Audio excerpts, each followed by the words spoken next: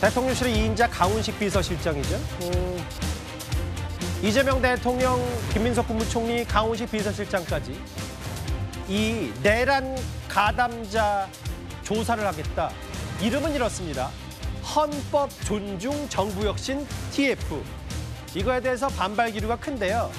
아니 공직자들 계엄 사태 관련 불법 가담 여부 조사하겠다면서 다 공직자들 속가내고 색출하는 거 아니냐. 정치권, 특히 공무원 내부가 술렁이고 있습니다. 지금 대통령이 지시해서 헌법 존중 정부 혁신 TF로 내란 가담 여부를 조사하겠다. 공무원들이요. 이 TF 운영하는 데에 대해서 장관께서는 동의하세요? 제가 지금 답변 드리긴 적절하지 않은 것 같습니다. 공무원들 휴대폰 걷고 포렌식 하겠다는데 거기에 대해서 동의하세요? 제가 답변 드리기 적절하지 않은 것 같습니다. 지금 세계 특검 내세워가지고 내란몰이 하다가 여의치 않으니까 대통령과 총리가 직접 나서는 겁니다. 이런 거 장관이 손들고 반대해야 되는 거예요. 이게 지금 얼마나 위험한 건지 아세요? 정권이 위기에 몰렸다는 신호예요. 그거 자인하는 겁니다. 공직에 오시기 전에 IT 업계 오래 종사하셨죠? 네, 맞습니다.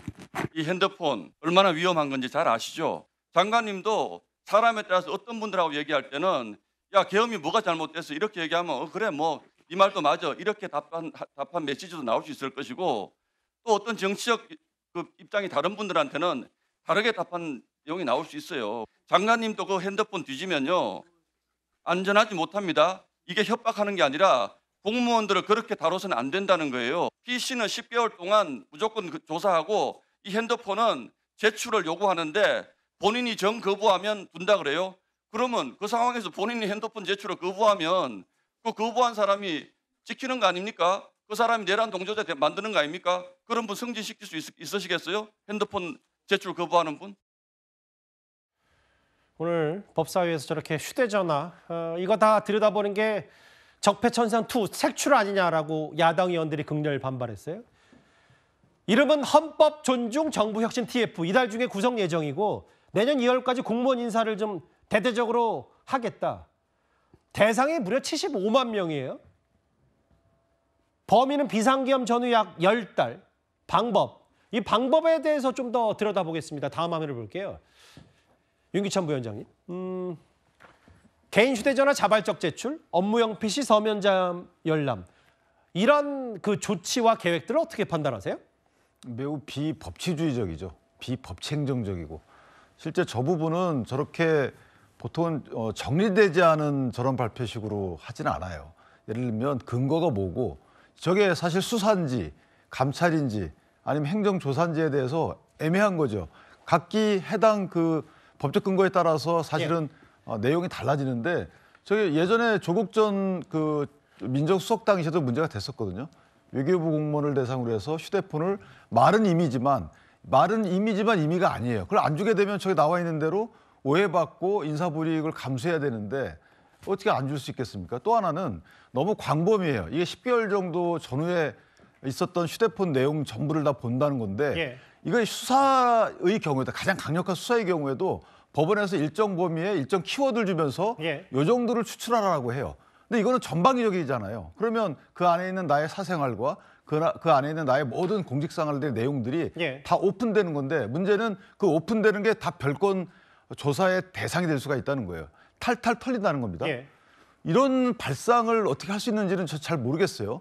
예를 들면 특정 사안에 대해서 A 사안에 대해서 당신이 그런 오해를 받고 있으니까 내놔라는 게 공직기관 비서관실에서 하는 일입니다. 근데 요즘 말씀하셨던 것처럼 강제수사나 압수수색도 상당히 구체적으로 특정해서 이것만 들여다봐라. 법원도 그렇게 영장을 발부해주는 추세는 맞는 거잖아요. 만약에 법원으로 하더라도. 그게 가장 강력한 그 개인의 자유를 침해하는 법원에 의해서라도 한정된 키워드와 한정된 범위 내에서만 영장을 발부하고 그 범위 내에서만 추출해요. 근데 이거는 휴대폰 주면 다 보겠다는 거잖아요. 아니 발상 자체가 사실 있을 수가 없는 일이에요. 그리고 제가 거듭 말씀드리는데 이게 만약 행정조사를 하더라도 행정조사법에 따르면 아주 최소한의 목적 범위 내에서 하도록 돼 있는데 저렇게 몇십만 명에 대해서 해당자를 정해놓고 너네들 이거 협조 안 하면 이거 어떻게 할 거야. 이런 식의 발상을 법치주의 국가에서 할 수 있는 것 자체가 저는 정말 놀라워요. 이제 물론 조금 전에 알려진 얘기 중에 저희 채널의 단독 보도는 총리실 얘기는 뭐 하위직 공무원은 대상이 아니다라고. 모르겠어요. 그럼 75만 명이 줄어들 수도 있지만 김진욱 대변인. 휴대전화 안 내면 대기 발령도 검토한다는 거잖아요. 이거를 야당에서는 상당히 폭력적이고 이 진짜 내란 색출하는 거 아니냐라고 얘기하더라고요. 내란에 가담한 정황이 있거나 내란에 가담한 사람이 있다면 그분이 지금 아직까지도 이 정부에서 국민들을 위해서 헌신 봉사하는 자리에 있을 수 있는 거 맞습니까? 예. 책임져야 되는 사람은 책임져야 되는 거 아닙니까? 지금 굉장히 과도한 그 비판들을 하고 계시다라고 보는 게 저는 전체 공무원들 중에 99.9%는 예. 이 문제와 전혀 12.3 비상계엄과 관련 없는 분들일 것이다. 그분들은 다 제외가 될 거라고 봅니다. 아주 극소수의 한정된 인원들이 당시에 비상계엄에 대해서 사전에 모의했거나 아니면 실행했거나 사후에 정당성을 갖추기 위하고 또 자료를 은폐하는 이런 과정들에 일부 동원됐던 사람들이 있다면 그 사람들은 반드시 신상필벌이 필요하다라는 부분 때문에 이게 이제 진행됐다고 보고요. 그럼요. 이제 그러면 극소수만 핀셋으로 조사하면 되는 거 아니에요? 저는 그럴 거라고 봅니다. 예. 지금 정부가 TF 운영을 어떤 방식으로 구체적으로 하겠다라는 걸 얘기하지도 않았는데 예. 마치 전체 공무원을 대상으로 하고 그 사람들 모든 사람들의 휴대폰과 PC를 그 수색하겠다라는 것처럼 그렇게 과대 포장해가지고 이 부분을 말씀하고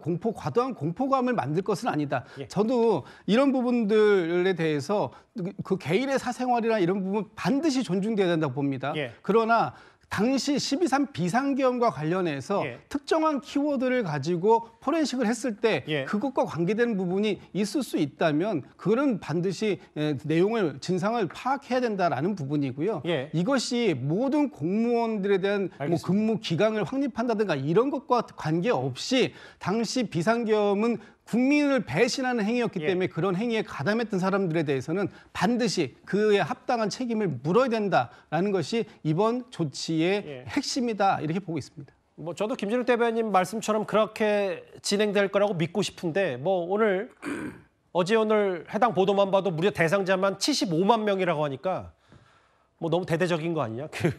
최성 평론가님. 일부 보도를 보니까 이미 이 내란 혹은 계엄 불법 행위 가담자와 관계없이 뭐 이런 거를 뭐라 그러는지 모르겠는데 투서 혹은 내부 고발 이런 것들이 설사 내란에 가담하지 않았다고 하더라도 마음에 안 드는 사람은 이런 걸로 솎아내는 거 아니냐 이런 비판도 있어요. 그러니까 제가 보기에 정부의 이 발표로 뭐 TF 출범 발표로 예. 정말 어마어마하게 공직사회에 투서와 음해의 장이 선 거예요. 이건 뭐 시장의 5일장하고 비교될 수 없는 어마어마한 장이 섰습니다. 예. 이렇게 되면요 75만 공무원들 특히 고위직으로 올라갈수록 서로를 견제하고 없는 사실도 만들어내서 예. 이른바 지라시 형태의 투서로 뿌려버리고 예. 그다음에 음해성 이른바 밭글로 유포해버리면 이거 누가 감당합니까? 과거에도 하나의 숙청이라든가 이런 게 있을 때도 굉장히 큰 투서들이 논란이 되곤 했었어요. 그런데 지금 뭐 갑자기 이재명 정부가 이제 출범한 지 5개월이 다 돼가는 시점에서 이 카드를 꺼내든 거는 예. 아니 갑자기 이렇게 봄철에 잡초소 꺼내듯이 이렇게 대규모로 전방위적으로 무차별적으로 이렇게 하는 저는 공직사회 줄 세우기다. 예. 잘못하면 공직사회를 편을 가르고 줄을 세우고 마치 12월 연말과 연초에 인사철을 앞두고 우리 마음에 들지 않는 공직자들은 전부 솎아내겠어. 그리고 결국 우리 정부의 철학에 맞는 사람들만 우리 진영에 줄 세우겠다. 이런 시그널로 공직사회에 비춰질 수 있기 때문에 예. 이렇다면은 사실과는 관계없이 본인의 능력 유무와는 관계없는 서로를 비방하고 음해하는 이 투서 전쟁이 시작될 수가 있기 때문에 이런 말하자면 부작용과 이런 어떤 그 엄청난 그 사회적 비용을 누가 감당할 것인가? 저는 이렇게 좀 신중해야 되는데 이렇게 전방위적으로 무차별적으로 하는 거 매우 저는 조심스러워해야 된다고 봅니다. 특히 이제 그 공무원 중에 이제 기재부 공무원들이 있는데 기재부 공무원들 하면은 이런 얘기가 있더라고요. 그러니까 최상목 부총리 물론 뭐 여전히 재판의 증인으로는 안 나오고 있어도 계엄에 본인이 명시하고 반대했다. 장관도 모르는 기재부 공무원들도 이 내란 색출 공무원 인사의 대상이 되는 거 아니냐는 뭐 비판 목소리도 있는 것 같고 장인주 변호사님 오래 기다려주셨어요. 이게 좀 여러 정치권의 공방이 되니까 오늘 강훈식 비서실장이 이런 얘기를 했어요. 특별 성과 거둔 공직자에게 최대 3천만 원 주겠다. 오늘은 포상 얘기를 했습니다. 강훈식 비서실장이. 사실 뭐 이 부분이 뭐 병주고 약주고 하는 거 아니냐, 뭐 예. 일각에서 이런 비판이 나오지만 사실 앞서 나왔던 헌법정준 정부혁신 TF와 관련해서도 예. 사실 이 부분이 뭐 공직자를 처벌하기 위한 목적이다라고 보다는 사실 정부 자체가 헌법을 수호하는 의지를 또 국민들께 표방하고 또 공무원들 특히나 이제 고위직에 있는 공무원일수록 헌법 정신을 어떻게 수호하는지 의지가 있는지 이런 부분들을 국민들께 예. 다시 한번 제고시키고 보여드리는 그런 부분들이 필요하지 않겠느냐 하는 취지에서 출발한 것으로 봐야겠습니다. 예. 그렇기 때문에 강훈수 실장이 오늘 한 이야기들, 특히 뭐 일 잘하는 공무원들에 대해서는 뭐 포상도 파격적으로 한다, 뭐 예. 최대 3천만 원까지의 포상이 나온다든지, 예. 특히 이 부분보다는 저는 더 핵심적인 부분은 내년 상반기에는 감사원법을 개정해서 정책 감사를 폐지한다라는 안을 좀 구체적으로 내놓았거든요. 사실 그동안 공무원들이 일을 열심히 하고 적극 행정을 해 나갔을 때 예. 나중에 이거 감사를 받고 정책 감사를 받는 거 아닌가라는 공포감이 좀 있었던 부분들도 있는데,